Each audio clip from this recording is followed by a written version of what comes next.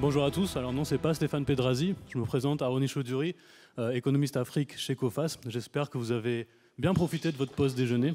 Alors aujourd'hui, on a beaucoup de chance parce qu'on a 4 spécialistes du continent africain pour venir débattre autour de cette table ronde, une nouvelle donne pour l'Afrique de l'Ouest et centrale. Alors sans plus attendre, je vais inviter les participants à me rejoindre sur scène. Nous avons Obashola Alo, directeur des risques financiers et de l'assurance du groupe. Nous avons Cécile Paillard, directrice générale de la région Méditerranée, Moyen-Orient et Afrique de Coface. Nous avons Monsieur Georges Wega, directeur délégué des réseaux bancaires internationaux, Région Afrique, bassin méditerranéen et outre-mer de la Société Générale. Et enfin, nous avons Monsieur Alain Antil, directeur du Centre Afrique subsaharienne de l'Institut français des relations internationales. Bienvenue à tous. Quelle joie de vous avoir ici. Alors avant de commencer, je vais donner 2 petites indications. La première, c'est que Monsieur Alo est anglophone. Donc pour lui poser des questions et pour converser avec lui, je le ferai en anglais parce que ce sera plus fluide et plus sympa. Et deuxième élément, c'est que, étant donné qu'on est la première table ronde qui représente un petit peu le monde émergent, on voudrait rendre un hommage aux dizaines de milliers de morts suite au tremblement de terre en Turquie, car nous venons de la région Méditerranée, et donc l'Afrique. Alors, sans plus attendre, on va se lancer dans le vif du sujet. Mais avant tout, Cécile, si tu peux me faire l'honneur de faire une petite introduction et d'expliquer à notre public pourquoi on a choisi ce sujet pour l'une des tables rondes de ce 27e CRC. Merci Aroni. Je crois que la première réponse à cette question, c'est l'intérêt qu'on voit par le nombre de participants dans cette salle. Donc merci d'avoir choisi le sujet Afrique, d'être là avec nous aujourd'hui. Nous sommes bien évidemment ravis de mettre l'Afrique au cœur des débats du colloque Coface 2023. Tu l'avais comme objectif et je suis ravie qu'on le partage avec nos clients, partenaires. Donc voilà pour les principales raisons, mais pas que en fait, puisque l'Afrique concentre un certain nombre d'intérêts et c'est ce qu'on va voir aujourd'hui pour plein de raisons. D'abord un halo de bonnes nouvelles. Oui, il y a des bonnes nouvelles. Je sais que cette matinée parfois on a voulu en voir plus, mais oui, nous avons un halo de bonnes nouvelles en Afrique et aussi une complexité à appréhender correctement la réalité africaine. Alors pour les bonnes nouvelles, ce qu'on a vu, c'est qu'on est quand même à l'aube d'une croissance économique majeure portée par la démographie, l'urbanisation, aussi un très grand nombre d'entreprises importantes sur le continent africain, de plus de 1 milliard et quelques de chiffre d'affaires. Une présence abondante de matières premières, je crois que ça a été dit ce matin, parfois très concentré d'ailleurs, et puis des bonnes nouvelles structurelles comme la baisse de la mortalité infantile, l'alphabétisation, tout ça pour dire que ça va dans le bon sens. Maintenant, ça reste quand même extrêmement compliqué à appréhender, et je citerai peut-être trois explications majeures. Je pense que d'abord, l'Afrique, c'est pas une seule réalité, mais une constellation de réalités. Il y a plusieurs types d'économies dans ce métier, dans ce continent, des économies diversifiées, des économies de transition, des économies de pays exportateurs de pétrole, enfin autant de diversité à appréhender pour bien comprendre ce qui s'y passe. Et puis en toile de fond, on l'a vu aussi ce matin, une volatilité économique et politique qui reste bien présente et peut se matérialiser. Il y a quelques soubresauts parfois. Et puis des grands défis à relever, on a parlé d'infrastructures, d'accès à l'électricité, à l'eau, qui sont des enjeux majeurs aussi pour tous ces pays. Alors, on a restreint le scope à l'Afrique centrale et de l'Ouest. Pourquoi ? Parce qu'il porte toute cette complexité et toutes ces opportunités. Donc, c'était, je dirais, pour nous, une partie importante du continent pour pouvoir aborder nos thématiques du jour, qui sont, je pense, sans plus trahir le secret, je crois qu'on voulait parler de quelle est la place de cette Afrique de l'Ouest et centrale dans ce monde multipolaire, comme nous l'avons vu ce matin, et quels sont les enjeux du développement durable. C'est exactement ça. Alors effectivement, le sujet de la table ronde est dans la continuité des grands thèmes du CRC. Cependant, là, on va s'intéresser donc à l'Afrique centrale et occidentale et aussi un peu au monde émergent par extension.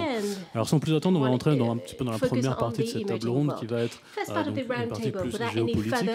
Donc juste à titre d'introduction, on sait maintenant que depuis plus de 2 décennies, ou au moins plus d'une décennie, la Chine est l'acteur stratégique le plus important en Afrique et également le partenaire commercial et financier le plus important pour un grand nombre de pays sur le continent et aussi en Afrique centrale et de l'Ouest. Mais nous avons remarqué, surtout après le début de la guerre en Russie, que la Russie cherchait à renforcer sa stratégie aussi en Afrique centrale et de l'Ouest, notamment dans des pays comme le Burkina Faso ou la République centrafricaine. Et puis nous avons vu récemment aussi que Washington, voyant un petit peu les mouvements stratégiques de ces grands rivaux géopolitiques sur le continent, a aussi montré un regain d'intérêt. Donc on a eu des visites d'Anthony Blinken et de Janet Yellen en 2022 et des visites programmées de Joe Biden et Kamala Harris avant la fin du mandat de ce premier. Donc ma première question, Alain, c'est pour vous, comment vont évoluer les influences de Moscou, Beijing, Washington sur le continent africain et puis en Afrique centrale et de l'Ouest en particulier, et puis à travers quels canaux? Alors, on a 3 pays qui ont des trajectoires très différentes. La Chine, c'est évidemment un acteur clé puisque c'est le principal partenaire commercial, 254 milliards d'euros d'échanges commerciaux en 2021.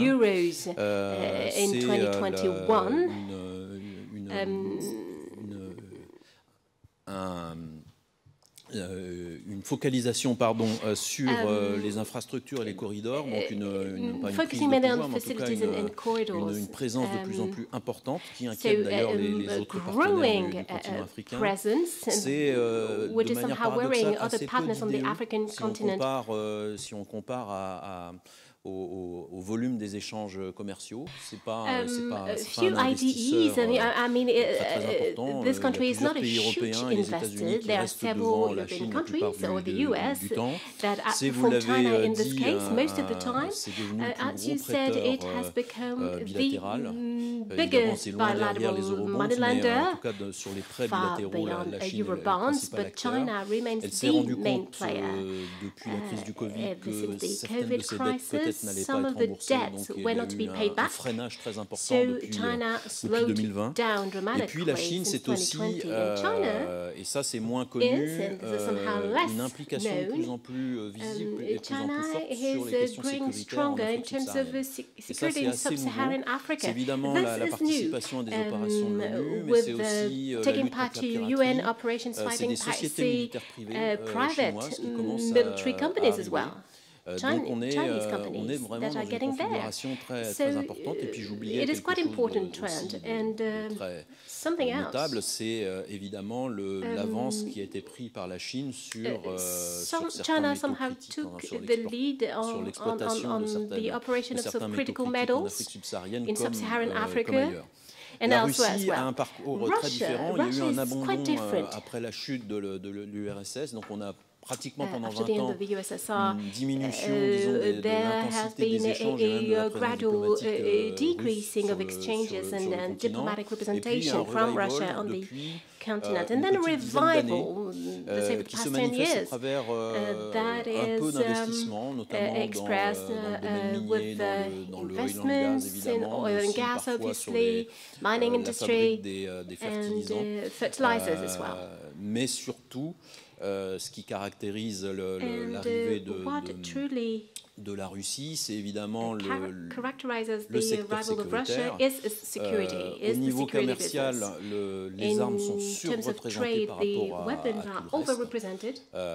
C'est devenu ces dernières années le principal fournisseur d'armes légères et même d'autres systèmes d'armement de l'Afrique subsaharienne. Et Moscou Moscou est capable de proposer à ses partenaires africains toute une gamme de services sécuritaires qui vont avec cette livraison des armes, c'est-à-dire de la maintenance, et puis évidemment on pense, vous le disiez tout à l'heure, à du renforcement ou de la protection de régime. Parce que la RCA, par exemple, c'est ça, c'est pas pacifier le pays, entre guillemets, c'est protéger le régime du président Touadéra, d'ailleurs lui-même le et à côté de ça, vous avez les États-Unis, et ce que vous disiez était très juste, on a eu un retrait états-unien très très marqué, pour un certain nombre de raisons, un retrait sécuritaire après les mésaventures en Somalie, un retrait sécuritaire très très net, même si les États-Unis ont encore withdrawal, even though the US are still represented, still has some military bases there. And with Trump, with the Trump administration, there was a lack of interest somehow, mainly due to the fact that the US have become indépendants et même exportateurs d'hydrocarbures, ce qui a changé leur perception du continent. Et à la fin de la période Trump, le président Trump s'est aperçu que les États-Unis avaient vraiment perdu beaucoup d'influence sur le continent, au détriment, en tout cas, enfin, ils étaient fortement concurrencés par les deux acteurs qu'on vient de citer, mais aussi par la Turquie, pour tout un nombre de pays.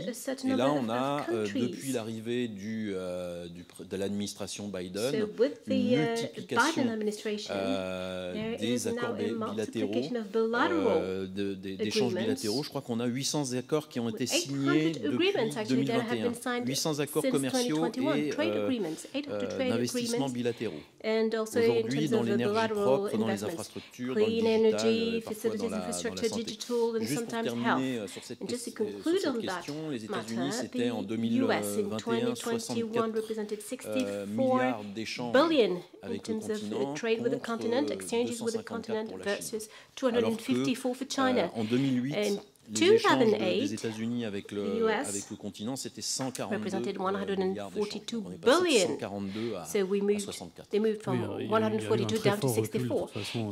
Des économies occidentales en Afrique, et ça, j'y reviendrai un petit peu plus tard. Mais avant, vous avez mentionné un pays qui est particulièrement intéressant, et pas seulement à cause de ce qui s'y passe, ce qui est tragique, mais c'est la Turquie. Et la Turquie, elle a commencé et continue à gagner des parts de marché, et puis aussi de l'influence stratégique dans des pays africains. Alors, quand on a des pays qui vont être tentés en fait par le mode de fonctionnement parfois de certains de ces régimes qui sont autoritaires, donc là je pense à la Chine, à la Turquie et à la Russie, simplement pour les rapports qu'ils ont par rapport par exemple à la gouvernance ou au régime en place, cela peut aussi venir avec des désavantages, notamment quand ces économies sont sous sanctions. Donc là par exemple c'est exactement le cas avec la Russie et la crise, l'insécurité alimentaire qui a été provoquée suite à l'éruption de la guerre. C'est une matérialisation de ce type de risque, mais aussi tout simplement des tensions qui peuvent exister entre ces grands blocs, ces grandes puissances géopolitiques, comme par exemple les tensions entre la Chine et les États-Unis. C'est plutôt sur les semi-conducteurs, ça n'affecte pas encore, je dirais, très largement le continent africain, mais ça peut émerger. Georges, j'ai une question pour vous, c'est finalement, quand on est une entreprise privée dans un pays qui va avoir des liens commerciaux forts avec ces régimes autoritaires, comment est-ce qu'on peut souffrir de ces tensions et puis quelle stratégie on adopte quand, par exemple, il se passe quelque chose comme la guerre en Ukraine et que soudainement un partenaire commercial important est sous sanctions? Merci pour ces questions et merci de nous inviter à cette table ronde. Je vais déjà commencer peut-être par rappeler un petit peu ce que Cécile et Alain viennent de dire sur le contexte africain au sens large, que je peux résumer en d'une part des opportunités importantes, très importantes, et d'autre part des risques avec lesquels il faut composer. Alors sur votre question spécifique sur le secteur privé, il faut déjà peut-être commencer par bien comprendre l'organisation du secteur privé en Afrique qui peut un petit peu différer de ce qu'on peut voir dans d'autres régions du monde. On a déjà un secteur privé qui est très dépendant de la commande publique, du fait que dans la plupart des pays africains, tout cas de ce bloc particulier que nous regardons aujourd'hui, la commande publique reste l'un des moteurs principaux de la consommation et de la production de valeur. Donc, on a d'une part les grandes entreprises multinationales. Il y en a beaucoup, mais de moins en moins qui s'intéressent à être là. D'ailleurs, on a des mouvements de retrait qu'on voit de plus en plus, que ce soit dans le secteur bancaire, mais pas que. On a vu des pétroliers aussi décider de quitter le continent. On a ensuite, dans ce secteur privé, les grands régionaux qui sont souvent tenus par des Africains, des familles africaines, que ce soit d'origine ou libanaises installées en Afrique depuis très longtemps. On a des grands locaux et puis ensuite on a les PME qui sont en très grand nombre, souvent pas toujours formalisés. On a aussi un secteur informel en Afrique qui est très important. Donc tout ça constitue l'écosystème du secteur privé qui peut réagir différemment selon les blocs dont je viens de parler par rapport aux différentes crises que nous vivons aujourd'hui. Alors c'est quoi? C'est la crise d'abord le Covid qui est arrivé avec son lot de conséquences, l'une des plus importantes étant la rupture des chaînes d'approvisionnement et le lien avec la Chine. Il faut dire que les voyages et la relation Chine-Afrique a été beaucoup affectée d'un point de vue business par cette crise de santé. Ensuite, on a eu la guerre en Ukraine et en Russie avec la grande dépendance qu'on a tous découvert de l'Afrique sur les intrants agricoles ukrainiens. Et donc face à ça, et pour répondre à votre question, comment est-ce que ces entreprises doivent réagir? La première chose que nous voyons, en tout cas nous, de notre point de vue, moi je représente ici un groupe bancaire qui est représenté dans 14 pays, qui quadrille assez bien le scope que vous avez choisi aujourd'hui. On voit un certain nombre de choses qui se produisent. Donc il y a une baisse significative du pouvoir d'achat des populations. On a vu des pays avec des inflations très importantes, avec en plus dans certains pays des dévaluations de monnaie. Donc baisse du pouvoir d'achat, baisse de la rentabilité des entreprises, baisse de la solvabilité des entreprises et baisse des capacités d'investissement pour ainsi dire de ces entreprises. Elles sont toutes aujourd'hui face à des besoins de développement et de survie pour certaines.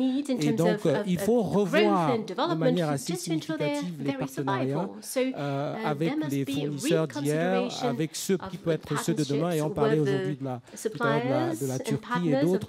Et donc il y a une recomposition dans les sources d'approvisionnement et dans les partenariats qu'on retrouve de plus en plus dans nos entreprises privées africaines. Ça, c'est une part. Il y a deuxièmement une vraie volonté, un impératif d'efficacité pour les entreprises, parce que la rentabilité ayant baissé, il faut être plus efficace dans la conduite des affaires pour pouvoir assurer la survie de ces entreprises. Et là, je touche un point qui est très important, c'est la ressource humaine. La ressource humaine africaine, aujourd'hui, est l'une des conséquences des différentes crises. C'est un exode de la ressource humaine africaine vers des pays, le Canada, pour ne citer que celui-là et d'autres. Et donc, les entreprises ont aujourd'hui un vrai impératif de former, de recruter et de maintenir les talents pour pouvoir assurer leur survie et leur développement.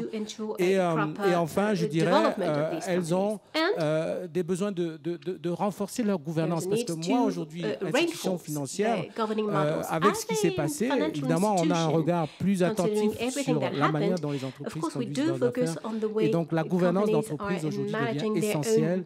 Et on parlera probablement plus tard, je l'espère, des enjeux ESG, notamment, qui sont aujourd'hui au cœur du développement du monde, et l'Afrique n'y échappe pas. Donc voilà ce que je peux dire en termes de réponse à votre question.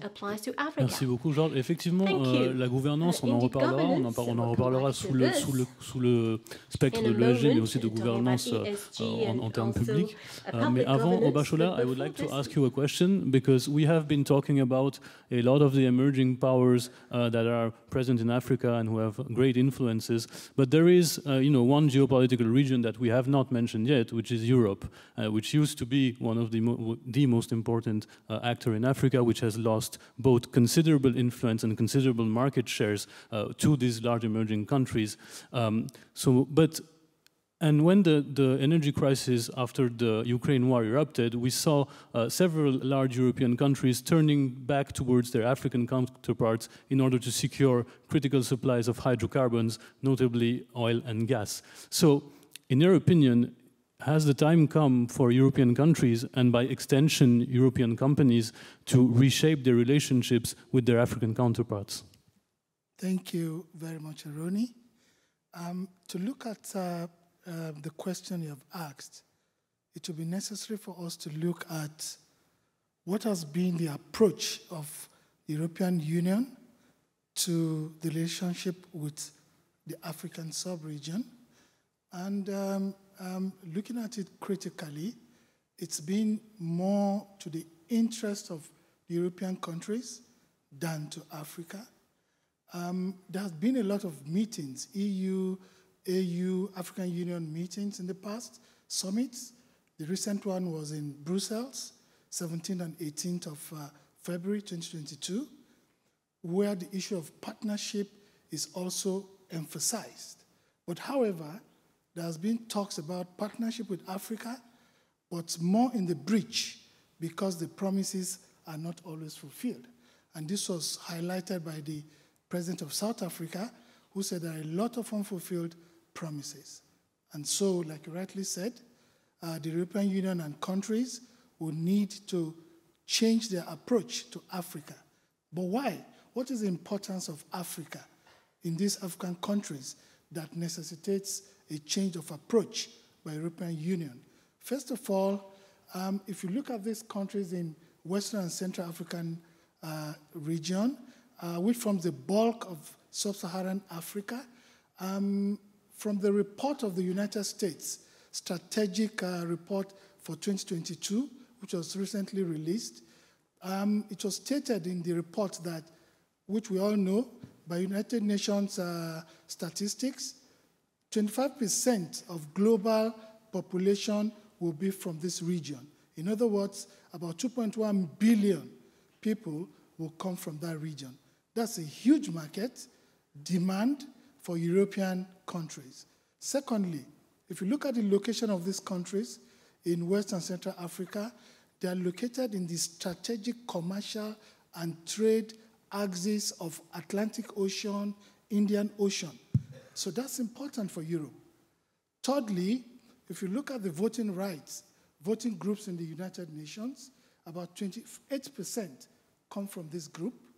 Also, strategic organizations like World Trade Organization is headed by a Nigerian. WHO is headed by somebody from Ethiopia. So that region is very, very important. Then also, and most importantly, key hydrocarbons, mineral resources, natural resources are domiciled in that region. For example, you have copper, you have cobalt, you have lithium, which are very important. These are about 30% of world energy needs are domiciled in that region.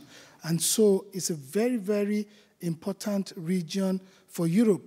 You have the second largest rainforest in the world. You have a diverse ecosystem in that region. And so that region cannot be toyed with by European countries. And so what to do? Unfortunately now, you have other emerging powers, like Aroni said, like Turkey, like Japan, and some other Gulf states that are interested. They've already, not to talk about Russia and China, who already had a share of that market. Europe was the major market in the past, but now they have to contend with so many other countries. And so my recommendation would be treat Africa as partners. Like I said, in 2022, there was a shared vision document between EU and AU, but there's a need to actually define what partnership will be so that it will be mutually beneficial relationship between Africa and the EU, because Africa now with the energy transition and then is having some importance, and then these hydrocarbons that are required by European countries to be able to power some aspect of the economy and move away from Russian oil. And so my advice to European countries is to treat Africa as partners and then define the partnership. And then 2068 vision of African Union talks about industrialization. And so when you want to relate with Africa, you need to look at the area of industrialization. From research, about 68% of goods that are exported from Europe to Africa are manufactured goods. This is not exactly what Africa needs. We need goods that add more to employment and then grow the industries in Africa. Also, about 65% of goods that Africa exports to Europe consist of primary goods, like raw materials and energy. So this trend has to change. And I'm sure if EU also keeps to its promises to Africa, which had been in the breach in the past, the relationship between Africa and EU will go northwards. Thank you very much, Mr. Aroni. Thank you, Obashola. Thank you so much. Donc, vous l'aurez compris, une nouvelle approche aux relations et puis aussi prendre en considération les pays africains pour ce qu'ils sont, c'est-à-dire des partenaires. Alors, c'est vrai, et Obashola a commencé à le dire, et on en reparlera dans la deuxième partie, mais c'est vrai que la région Afrique centrale et de l'Ouest, c'est une région de grande dynamisme. On peut aussi étendre ça au continent africain. Par contre, il y a une chose qu'on n'a pas encore abordée, c'est le risque politique et le risque sécuritaire. Et là, l'Afrique centrale et de l'Ouest est quand même une zone qui est assez représentative de ces risques également. Ce matin, mon collègue Ruben en parlait d'un accroissement du risque politique au niveau mondial et puis que le continent africain était aussi le continent où on avait le niveau de risque le plus élevé. Et ça s'est aussi matérialisé dans les 2 dernières années parce qu'on a quand même remarqué un accroissement du nombre et de conflits armés et de mouvements sociaux sur le continent africain et notamment en Afrique centrale et de l'Ouest. Alain, je voudrais vous poser la question, qu'est-ce qui peut expliquer cet accroissement des conflits? Et surtout, la question, c'est est-ce que c'est une tendance qui est amenée à s'intensifier? Alors nous, ce qu'on voit au niveau de l'IFRI, on publie un rapport que vous connaissez certainement qui s'appelle le Ramsès et parmi les sections du Ramsès, il y a de la cartographie et notamment la cartographie des conflits. Et effectivement, depuis une petite quinzaine d'années, on voit les zones touchées par la conflictualité en Afrique subsaharienne s'étendre. Alors que sur la phase précédente, il y avait plutôt des résolutions de conflits. Les conflits actuels ne sont pas forcément aussi meurtriers qu'ils ont pu être à l'époque de la guerre froide, mais ils ont une extension géographique de plus en plus inquiétante. Alors avec de forts contrastes, par exemple, entre l'Afrique de l'Ouest et l'Afrique centrale, aujourd'hui c'est incomparable. Il y a évidemment des conflits en Afrique centrale, des zones d'insécurité comme la RCA, les zones anglophones du Cameroun, l'extrémité nord du Cameroun, ou le pays Toubou au Tchad, mais c'est l'Afrique de l'Ouest qui est qui a la dynamique la plus inquiétante avec la Corne de l'Afrique, mais j'ai bien compris qu'on n'en parlait pas aujourd'hui. Et ça, il faut s'interroger. Pour résumer, on a 2 tendances lourdes ces 15 dernières années. Il y a cet accroissement dont j'ai parlé, des zones touchées par les conflits, et puis il y en a une autre qui est tout aussi inquiétante, c'est la régression démocratique. Alors qu'entre 1990 et 2010, on avait eu, alors pas dans tous les pays, des progrès, de véritables progrès, des transitions, des états de droit qui se mettaient en place, une ouverture du champ politique à la concurrence, la liberté de créer des médias, la liberté de créer des associations. Ces 10 dernières années, on a des phénomènes de régression, y compris dans les démocraties historiques du continent. Donc il n'y a pas de raison objective aujourd'hui pour que ça, on aille dans l'autre sens. C'est-à-dire que les nouveaux partenaires de ces pays n'ont pas les mêmes exigences que les pays occidentaux. Ce n'est pas la Chine qui va demander à ses partenaires d'ouvrir le champ politique, d'accentuer sur les droits de l'homme. Donc on est dans cette phase-là. Alors les raisons... il y en a beaucoup, je saurais les évoquer toutes ici, mais je dirais qu'il y a deux que je voulais pointer. La première, c'est la difficulté des États, de nombreux États en Afrique subsaharienne, à exister en dehors des espaces urbains. C'est-à-dire qu'il y a des clivages géographiques au sein des territoires africains qui se sont accentués, y compris pendant la période de croissance économique. C'est ça qu'il faut avoir en tête.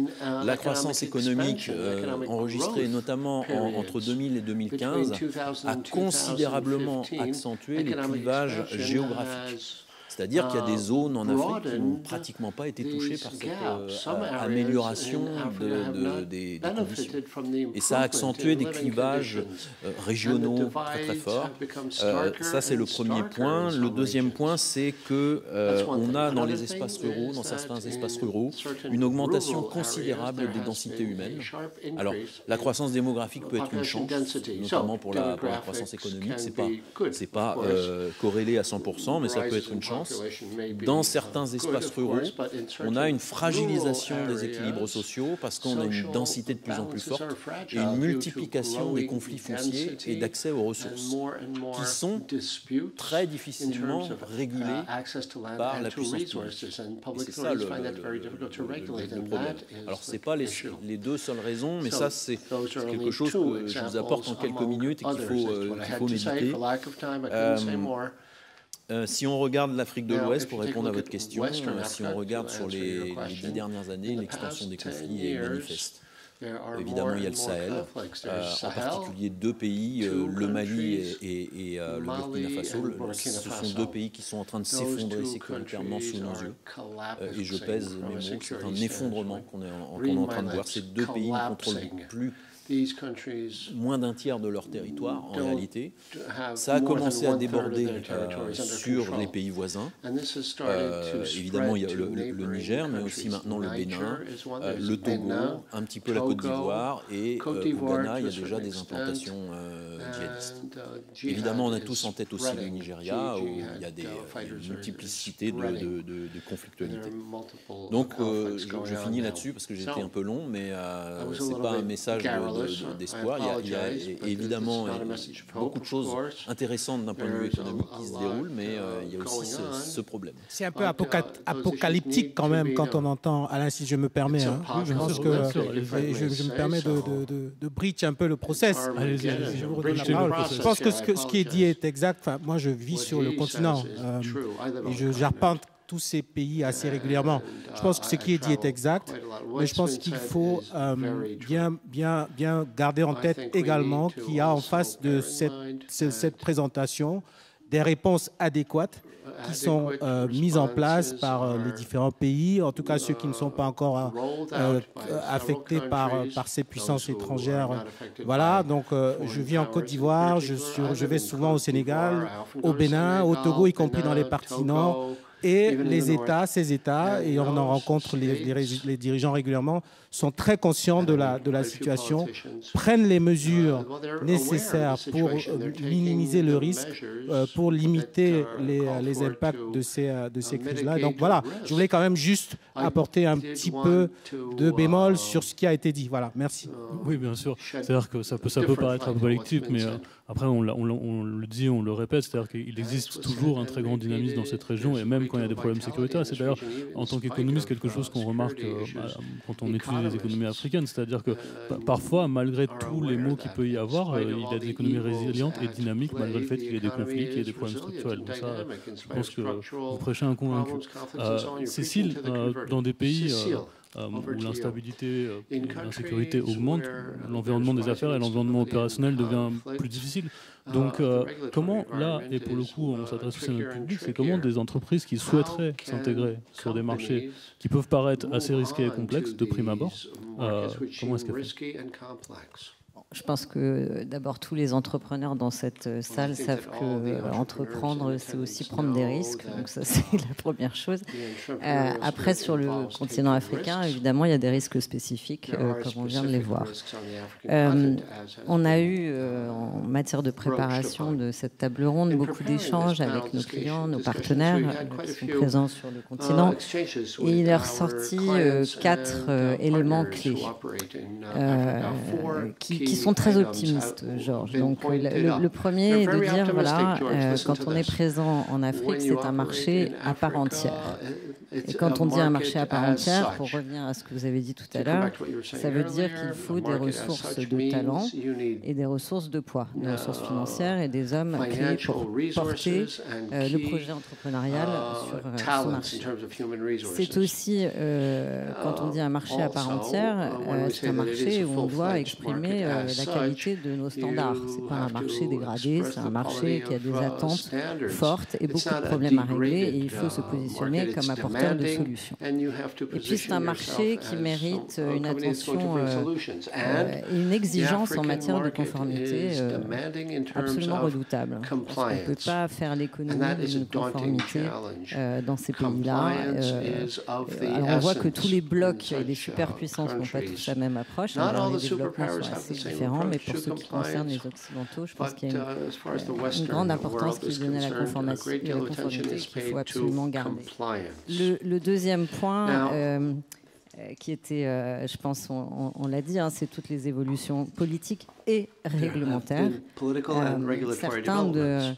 Certains de nos clients et partenaires évoquent même une plus grande angoisse quant aux évolutions réglementaires qu'aux évolutions de la compétition. Donc je pense qu'il faut être alerte et toujours regarder toutes les évolutions sur le plan politique et réglementaire, parce que ça va relativement vite, comme on l'a vu, avec les différentes interventions. Le troisième sujet, là je parlerai principalement de la Coface, c'est la diversification. Et Georges, on en a parlé, je pense que c'est extrêmement important. La diversification sur 3 plans, la diversification géographique. Alors, en discutant avec des acteurs panafricains, certains disent, voilà, quand on est présent dans 30 pays, chaque année, il y en a 25 qui vont bien, puis il y en a 5 qui vont moins bien. Et en fait, le fait de cette diversification géographique permet de garder une tendance positive de long terme sur le développement en Afrique. C'est aussi le cas pour Coface, où nous sommes présents dans des pays extrêmement différents, ce qui nous permet de bouger nos opérations et de s'adapter à l'évolution du contexte. Le deuxième aspect de la diversification, c'est l'activité. L'activité, elle doit se concevoir en fonction de la maturité du pays et de la maturité de nos propres opérations. Si on veut faire de l'assurance-crédit, on doit avoir une bonne information. Donc, dans certains pays, on est plus porté sur les activités d'information et de recouvrement que sur les activités d'assurance-crédit à proprement parler. Je pense qu'il faut faire très attention à son mix d'activités pour bien naviguer dans ces pays. Et enfin, le dernier, je prêche un peu pour notre paroisse, c'est bien sûr le baromètre des secteurs, parce que comme on l'a vu, quand on sort d'une crise, quand on est dans une crise Covid, on traverse une guerre en Ukraine, les secteurs sous stress ne sont pas les mêmes. Donc ça aussi, c'est quelque chose qu'il faut éminemment surveiller. Et après, Obashola, I cannot agree more. Je pense qu'on doit avoir le bon partenaire. Pour ce qui est de Coface, nous, on sait qu'on a la volonté d'apporter des services d'information, des services de recouvrement et l'assurance pour se comporter en bon partenaire du développement dans ces pays-là. Il faut savoir que Coface aussi bénéficie de toute la connaissance de ses partenaires et de ses clients du terrain local. Donc, cette notion de partnership qui peut se comprendre au niveau des blocs de superpuissance, je pense très importante aussi au niveau des entreprises.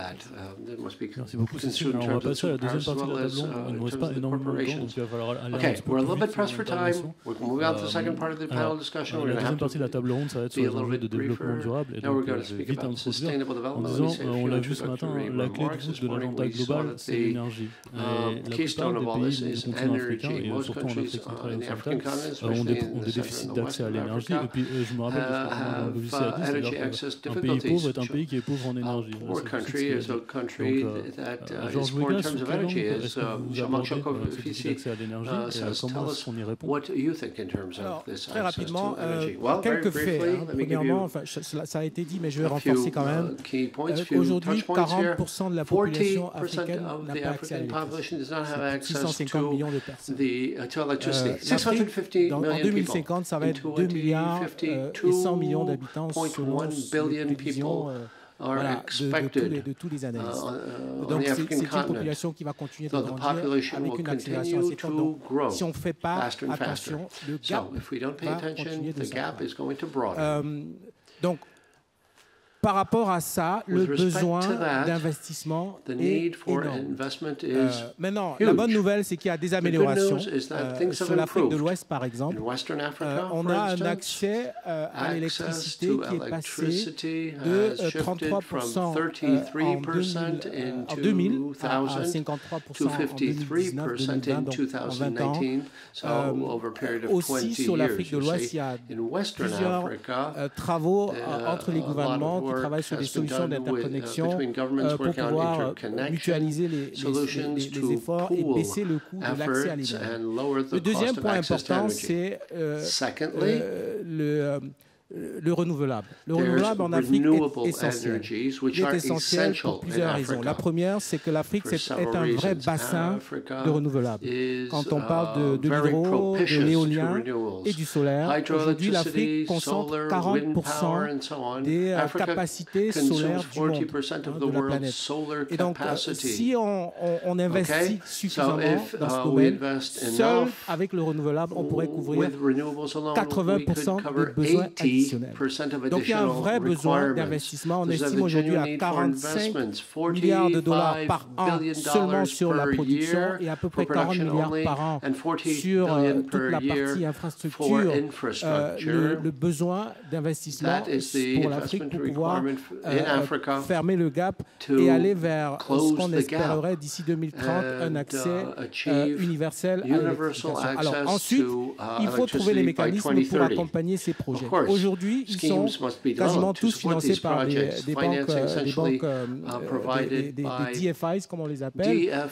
Donc, il faut absolument travailler avec les États, avec les banques commerciales, avec tous les acteurs du marché pour développer des solutions pour attirer le secteur privé. Des schémas de PPP, comme on commence à le voir, qui peinent à prendre du momentum. Et donc, ça, c'est essentiel pour pouvoir financer ces besoins énormes en énergie et en énergie renouvelable, surtout pour un continent qui regorge de sources très importantes et qui en a un très grand besoin. Donc nous, sur les Sociétés Générales, pour en parler 30 secondes, nous avons aujourd'hui un engagement de mettre 1 milliard d'euros additionnels sur le financement à impact d'ici 2025. Et ça, c'est quelque chose qui est un engagement fort que nous comptons mettre en place avec les partenaires dont j'ai parlé tout à l'heure. Donc, c'est vraiment un déficit, des opportunités, des besoins de financement avec un besoin d'un écosystème de financement plus riche que ce qu'on a. La nécessité aussi d'accéder à l'énergie, c'est non seulement pour subvenir aux besoins de la population, mais c'est aussi, ça a été dit plusieurs fois, 2,1 milliards d'habitants selon les projections, mais ça veut aussi dire que potentiellement c'est le deuxième centre de demande globale mondiale après l'Asie d'ici 2050. C'est quelque chose qui est très important de comprendre économiquement parlant. Cécile, au final, par quels moyens est-ce que les pays africains peuvent s'intégrer au marché mondial, parce que le marché mondial doit comprendre qu'il y a de la demande qui va être créée dans les pays africains, in Africa, but African markets have to be integrated into the global landscape. Very briefly, that's a challenge. Okay, so I won't repeat what George said. I am in agreement with what he said. That there's a growing middle class, there's the working population, and there's the second phase of growth. All this leads to greater trade in Africa, and in terms of partnerships, colossal investments are necessary. PPPs, if possible, to meet the needs of the population moving forward in terms of infrastructure, access to water, electricity, and so on and so forth. All that is crystal clear. Now, what needs to be focused on to move forward? Well, the reforms that are necessary in order to have the proper regulatory framework, to foster trade between countries, to have a fair distribution of wealth so that the middle classes can indeed emerge, so that the business climate can be good, so that accountability can be there, because investments are huge. Investments are necessary, so when it comes to reform and governance, all that is going to be of consequential merit. And of course, policies have to be crystal clear, financially sustainable, and so on. So that is what matters moving forward in order to be optimistic. There you are. Optimiste, il faut l'être And we have to be dans le monde optimistic, dans don't lequel we, on vit. in this Obashola, you know, the African continent is also characterized by its great regional diversity because there are many stories in the many regions, and obviously there is a story for Western and Central Africa as well. But I wanted to ask you, which regions have become really increasingly important in recent years, and which issues need to be solved in order to facilitate their integration, their economic integration? Thank you, Aroni. Very quickly, 2 parts to your question. Which regions have become more important globally? And then, secondly, you said that what role can the private sector play, right? It's more about what the issues that need to be solved. Yeah. By the private sector. Or the private sector, what do they need to do to resolve the problems in this region? Talking globally, if you are looking at what the foreign powers believe as the region that has the greatest security threat, I will be looking at the Sahara-Sahel region for so many reasons. For example, the EU have budgeted about $16 million for the Africa Training Mission in Mali. That tells you that they're looking at that region critically, and also because they believe that that region, which forms part of the EU southern neighborhood, needs to be critically, looked at. The US also, after the 9/11, they believe some ungovernable spaces in the Sahara-Sahel, if not properly monitored, there can be areas where terrorists can hire, can train, and recruit terrorists. Also, as far as China is concerned, the highest contingent which they have of military troops worldwide is in the Darfur, Sudan axis. And so that also underscores the fact that even the Chinese, they also consider the Sahara-Sahel as an area of interest. So what needs to be done quickly in that region? First of all, that region is being seen as an area of threat to the world. What we need to do is to actually change the narrative from a threat area to an economic, advancement area. With the funds that are coming in from the foreign powers to that area, it can be used positively for economic integration. That's number one. Secondly, I also believe from the African perspective, it will be necessary to integrate that region with the rest of Africa so that there should be trade and relationships within both parts of the African continent. Also, there is also need for a lot of industrialization and infrastructural development in that area. They don't have paved roads. You need good roads in that area, rail tracks. In order to develop that area, you also need to build oil blocks in the hinterlands where you have hydrocarbon in abundance. And also you need power grids to be able to connect those localities with the rest of Africa so that they can be able to communicate also to the rest of the world. And so basically, these are the areas which I think needs to be done so as to have economic integration of that area, and then they'll be moving from a threat zone to an economic development zone. Thank you very much. Thank you, Obashola. Thank you so much. Alors, il y a un phénomène clé.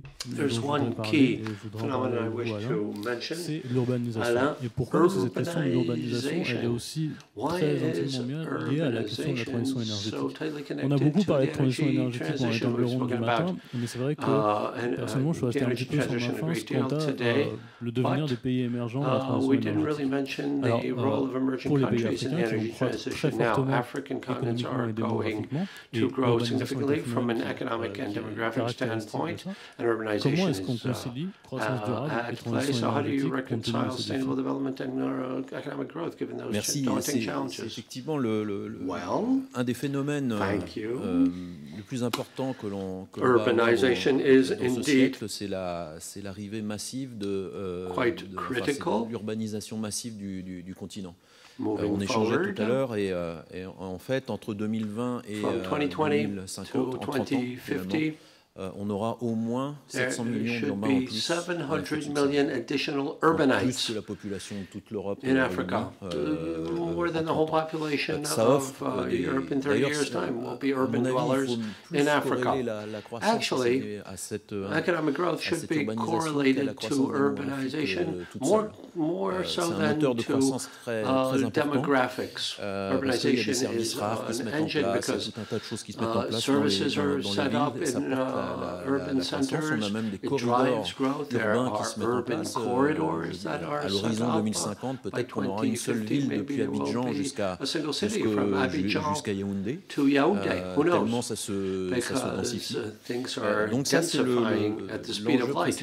So that's the main challenge. And this bears out what George and I were saying earlier. I was talking about spaces outside cities assez peu enviables et les villes et leurs périphéries directes qui ont effectivement, comme le disait Georges, des moteurs de croissance, les espaces littoraux, les espaces qui sont bien desservis par les infrastructures, qui sont mieux connectés à la mondialisation, alors que le reste des territoires a toujours un problème qui est celui du transport, no transportation, transportation costs in some countries are detrimental to growth.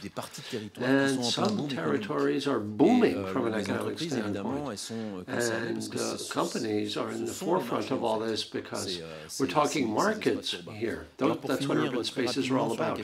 Now, to close and to answer your question, of course, there is a boom in electrical production. We spoke about it a moment ago. Plenty of investments are earmarked for that. In 2010, for instance, sub-Saharan Africa produced as much electricity as a country like, say, Poland or South Korea, but not much more.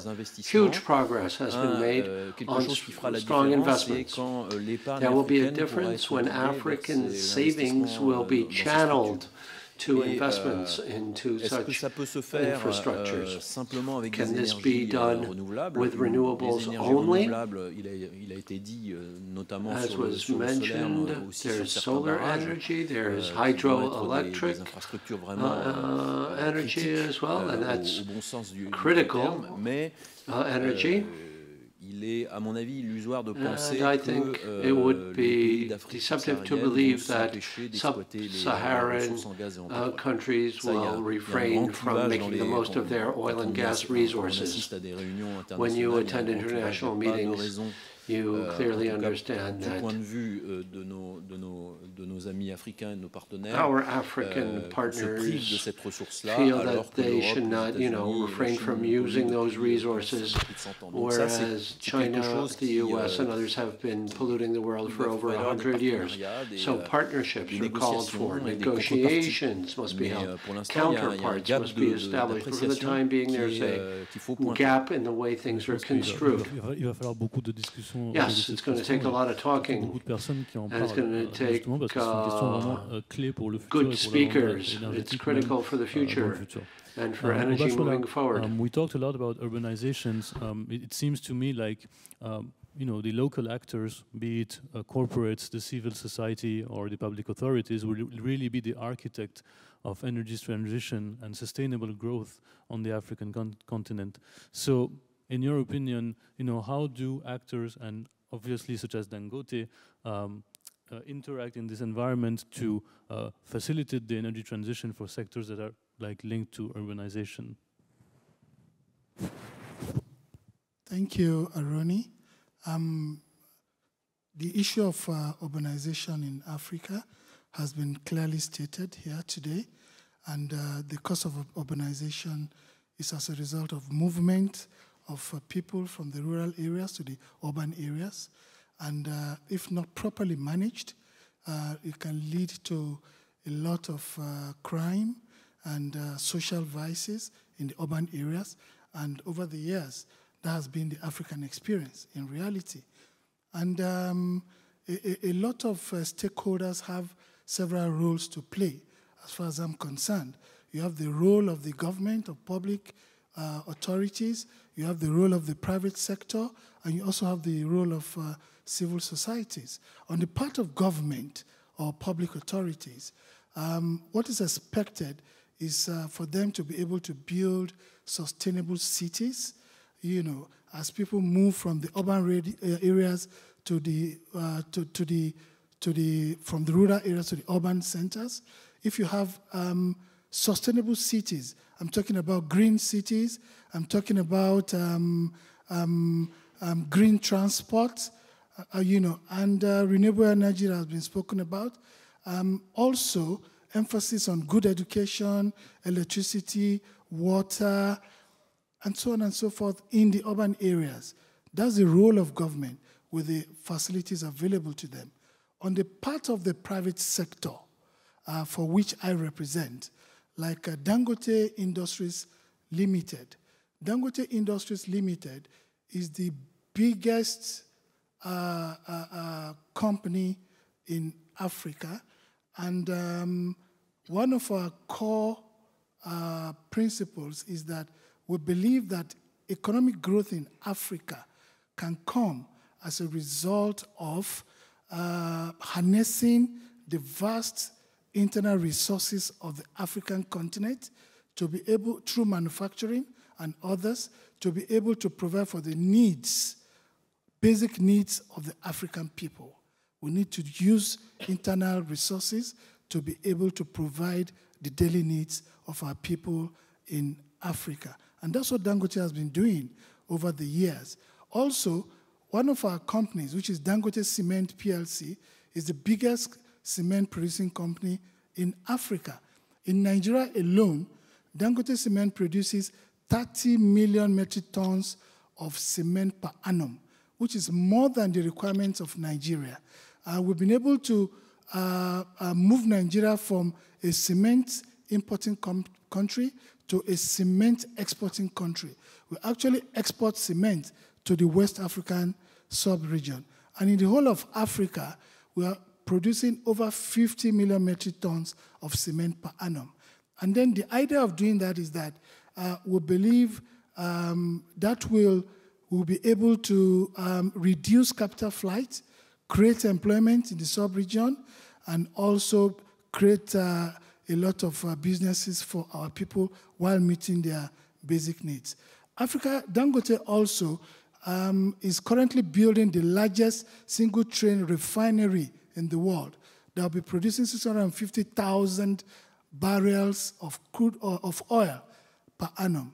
There's also a petrochemical plant that will be producing 750,000 metric tons of polypropylene per annum, and also a fertilizer plant that is already commissioned that produces 3 million metric tons of fertilizer per annum.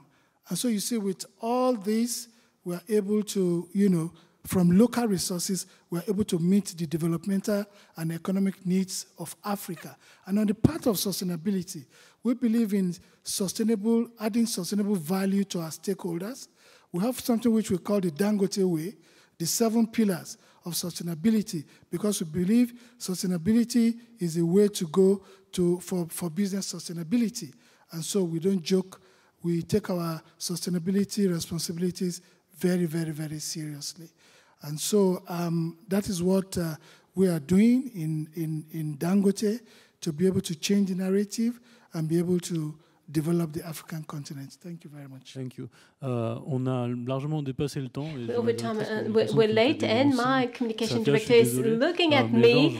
I'm sorry, but I would still like to ask you towards the last question. It is important in order to fund this energy transition and urban development. What about sustainable finance and with a contribution to ESG? Quickly enough, well, to go back to what Anna said before, first of all, the approach must be differentiated. Developed countries' systems should not be simply copied and pasted in Africa. Gas clearly is a transitional energy in Africa. There's nothing to do. It will be a transition energy, and those who were not believers do subscribe to this now. Oil, there are commitments to withdraw from specific types of funding, but in other regions of the world, the agenda for Africa must be different. Realities are different, needs are different. The S for ESG, social part of ESG, is essential for Africa that still needs a huge colossal infrastructure investment. Je voudrais aussi dire toujours sur cet élément, il a parlé de ciment.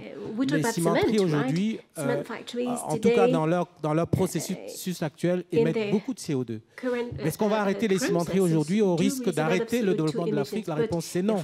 Est-ce qu'il faut que les cimentiers rentrent dans un processus d'amélioration de leur process pour pouvoir émettre moins? Absolument. Donc les financiers que nous sommes conscients de cette nécessité d'avoir une approche différenciée et pragmatique selon ce que nous faisons en Europe versus ce qu'on peut faire en Afrique. Deuxième point rapide, c'est nous avons une obligation même, je dirais, plus qu'une responsabilité, c'est d'accompagner nos clients dans cette transition énergétique. C'est encore très nouveau pour beaucoup, y compris certains de nos partenaires même gouvernementaux. Donc il y a une vraie nécessité d'accompagnement, de sensibilisation, et ça c'est un rôle qui est dévolu aux institutions financières, mais pas que. Troisième et dernier point, c'est il faut prêcher par l'exemple. Il faut prêcher par l'exemple, et ces institutions, je pense que Dangote, c'est ce qu'il disait tout à l'heure, comme Société Générale et comme d'autres certainement, probablement Coface, on en parlait avec Cécile tout à l'heure, nous avons nous-mêmes nos objectifs de décarbonation avec des objectifs de réduction d'émissions qui vont dans le sens de la protection de la planète. Donc voilà ce que je peux dire en deux mots sur cette question. Merci beaucoup. Je suis vraiment désolé, je m'excuse auprès du musée du Quai Branly, mais c'est aussi parce qu'on avait un débat tellement passionnant que c'était difficile d'arrêter. Je remercie tout le monde, je remercie mes intervenants, Cécile, Georges, Alain. Merci beaucoup, Obashola. Thank you so much for being here. This is the first time he was in France and he was here for Coface, so we really appreciate that. Et merci à vous pour l'intérêt que vous avez porté à cette table ronde et à Coface. Et à l'année prochaine, on espère.